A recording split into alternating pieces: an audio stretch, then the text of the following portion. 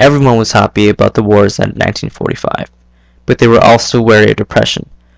To get even with labor, Congress would pass the Taft-Hartley Act, which outlawed closed shops. Basically, those were stores who were closed to non-union members. This new act was a strike against labor unions.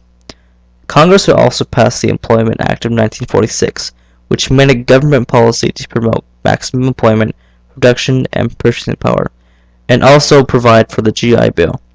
The 40s and 60s were part of a huge economic boom thanks to military spending. Now, the middle class would also become very large, each family owning at least 2 cars and one TV. By 1960, one out of every 4 Americans lived in the suburbs, thanks to the white flight. After the war, many soldiers would return home to their sweethearts, marry them, and then have babies, creating a baby boom that would be felt for generations. With the USA and the USSR as the only 2 world powers who had not been majorly affected by the war, trouble was bound to happen. And now the USA had waited until 1933 to recognize the USSR, and Stalin would then create the Iron Curtain. To scare Americans even more, China would become communist in 1949.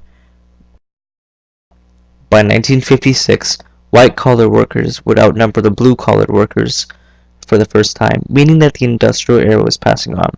As this occurred, labor unions would peak in 1954 and begin a steady decline. Television would become very important to American society.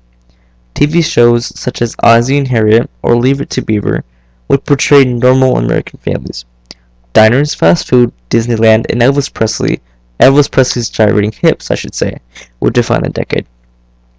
In 1952, grandfatherly Eisenhower, who was a war hero and liked by everyone, would become president. Unfortunately, Jim Crow laws were still prevalent throughout the country.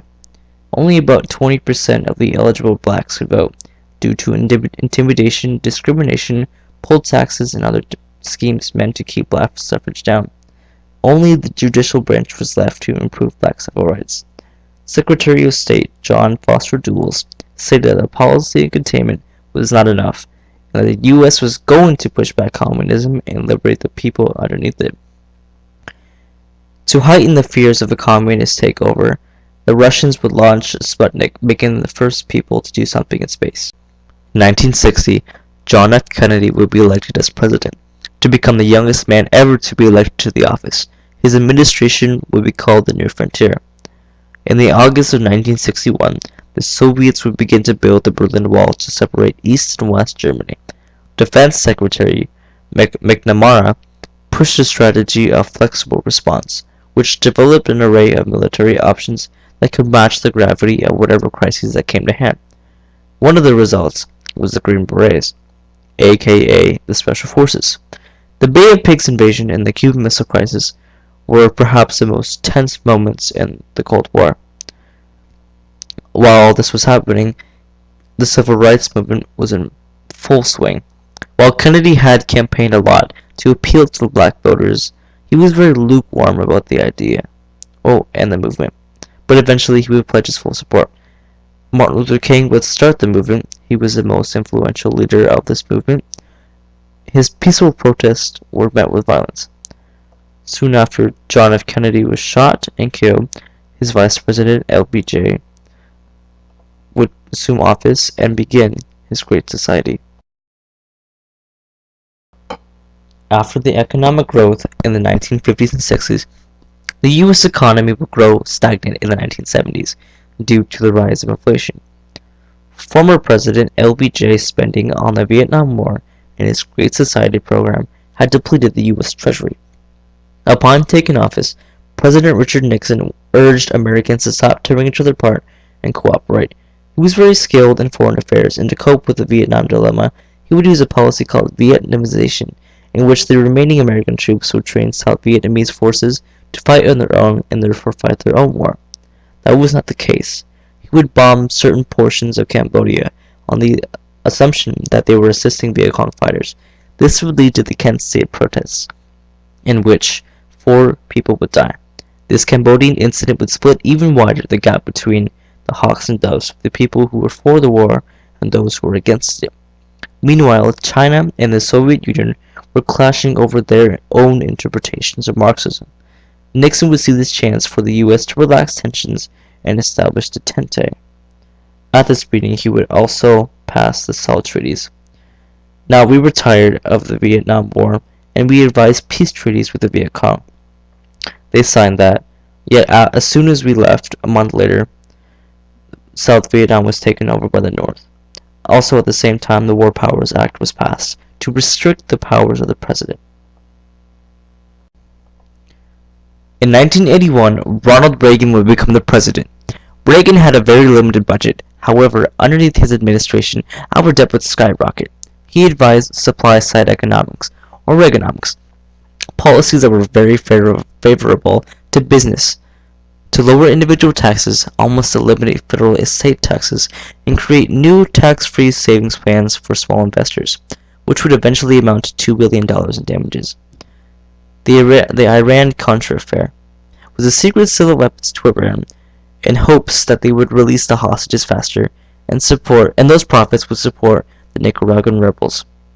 Now at this time, democracy was emerging in the satellite states, which would eventually lead to the eventual fall of the Soviet Union.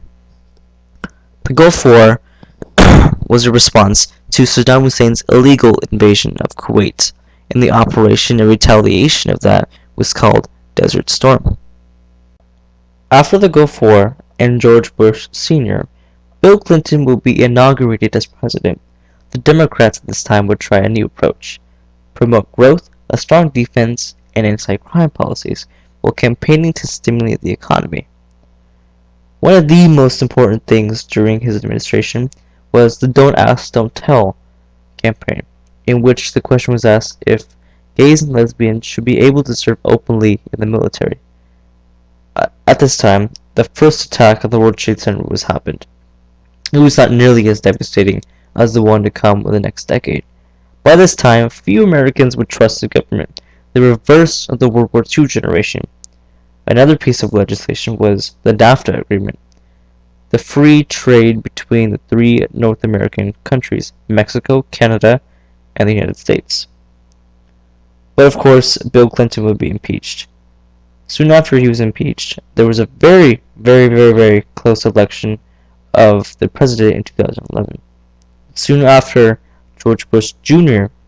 was elected, 9/11 would happen, which would lead to the war on Iraq. After centuries upon centuries upon centuries of American history, we finally get to the end of the book and the end of this year. Now, we call today the digital age for obvious reasons. We also unfortunately realize that the boom and bust cycle will never leave. Due to modern technology, we are able to create people in laboratories, which most people think is inhuman. There's also a higher standard of living, where most people are living through their 70s, on average. Now, the divorce rates, immigration, and the economy are still issues we face today, and issues we probably will never forget to face, or it'll never go away, whatever. But anyways, so we do not know what's going to happen tomorrow, next week, next year, the next 1,000 years, the next million years, the next billion years. The question is, what is next? I wonder.